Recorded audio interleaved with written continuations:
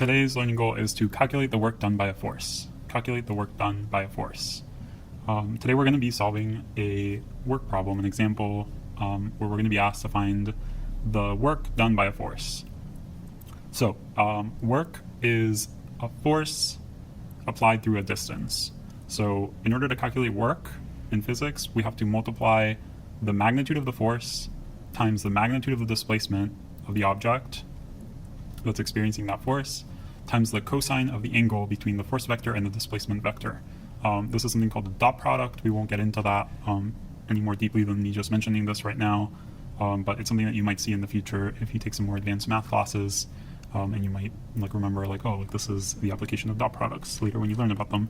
But in the meantime, all we need to really be worried about is that we need to go through this operation. We need to find the magnitude of the force, the magnitude of the displacement, and multiply times the cosine of the angle between the force and the displacement, and that'll give us the value of this thing that we call work in physics.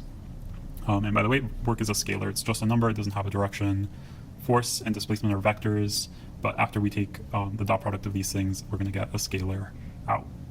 So we'll just get a number for the work. But let's go ahead and try applying it. So let's consider the situation where we have a box. The box is sitting on a surface like a table, and then there's a force that's going to drag it along this table. Okay, so let's go ahead and try to answer this question. So to find the work done by the force, we should find the magnitude of the force. So in the problem, we're being told that the magnitude of the force is 18 newtons. So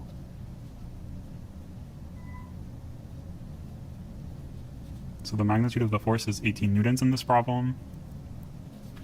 Then we have to multiply the magnitude of the force times the magnitude of the displacement. Well, the magnitude of the displacement in this problem is 2 meters. So let's substitute in 2 meters for delta x. And then the angle between the force and the displacement vector, we were told that it's 30 degrees. So let's go ahead and put in cosine of 30 degrees. And it's going to be important that our calculator is in degrees, so you should double check that before plugging in. And now all that's left is just putting this in the calculator. So 18 times 2 times cosine of 30 degrees. Just like this, 18 times 2 times cosine of 30 degrees is 31.1769, whatever. Okay, so our answer is going to be roughly 31 joules. And that's it, that's our answer. Some additional things that you might find helpful in the future for these types of problems.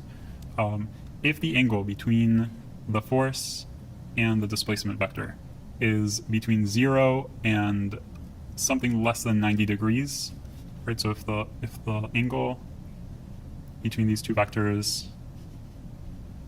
if the angle is an acute angle, okay, so the angle here between these two,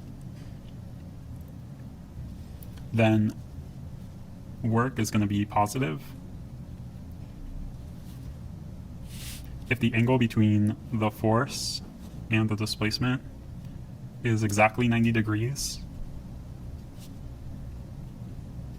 then the work done by this force to move the object that distance is going to be 0.